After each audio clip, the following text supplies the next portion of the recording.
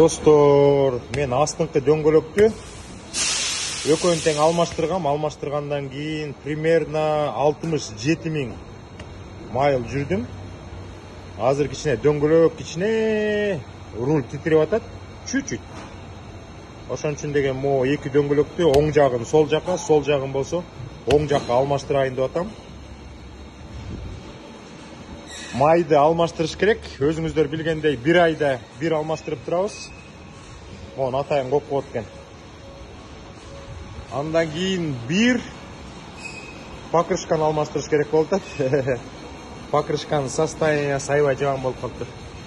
Караңыздарчы. Жакында эмеси жылмакай болуп калыптыр, спортивныйга окшоп. Жакында зымдар көрүнүп калса жарылат. Как раз запаска бар, ушуну алмаштырып коюш керек.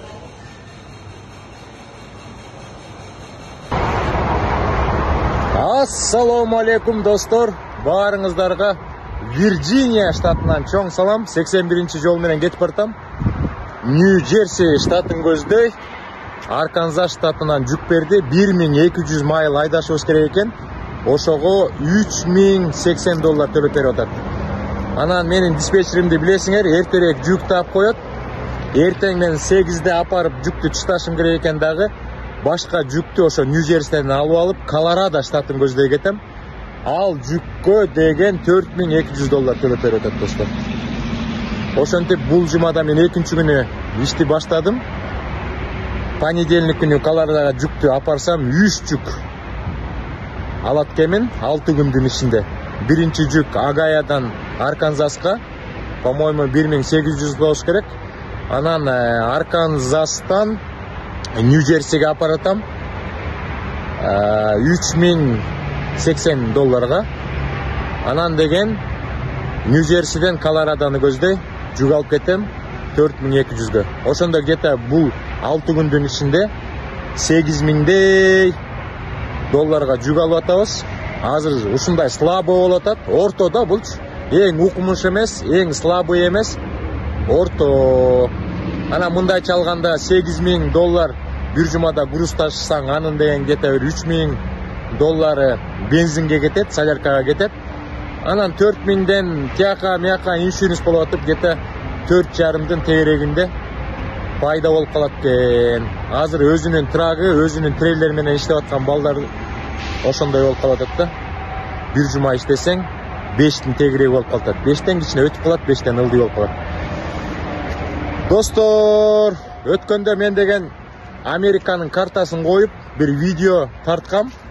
Ошондон кийин көптөгөн мекендештерден суроо келип атат. Жанагы сиз айтпадыңызбы дейт, Аризона штаты боюнча. Ошо астмасы бар биреji ошо Аризонага көчкөндө астмасы азайып, ден соолугу жакшы болуп, өзүн жакшы сезип калган. Бул ар бир штаттын өзүнүн өзгөчөлүгү бар да. Аризонада Американын башка штаттарында өспөй турган көп нерселер өсөт, а может ошонун дагы бир касиети бар болуш керек. Анан дагы бир жолу айтып кете турган нерсе, достор.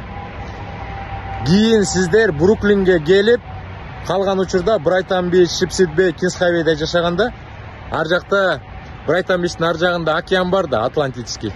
Жайы бою мекендештердин баары ошол жакта эс алып жатышат. Ошол жака постоянно түшсөңүздөр, кимдин гаймарити болсо сразу автоматом кетет. Мен бир иним бар болчу, Кыргызстанда жашап жүргөндө аябай кыйналчумун дейт, гаймарит болуп. Анан Брайтонго келип, жайы бою Атлантический океанга түшкөндө, тимеле эч качан гаймарит болуп оорубагандай таптаза болуп калды дейт. Ошон үчүн ар бир штаттын өзүнүн өзгөчөлүгү бар дегендей, кимдин гаймарити болсо океанга түшүш керек.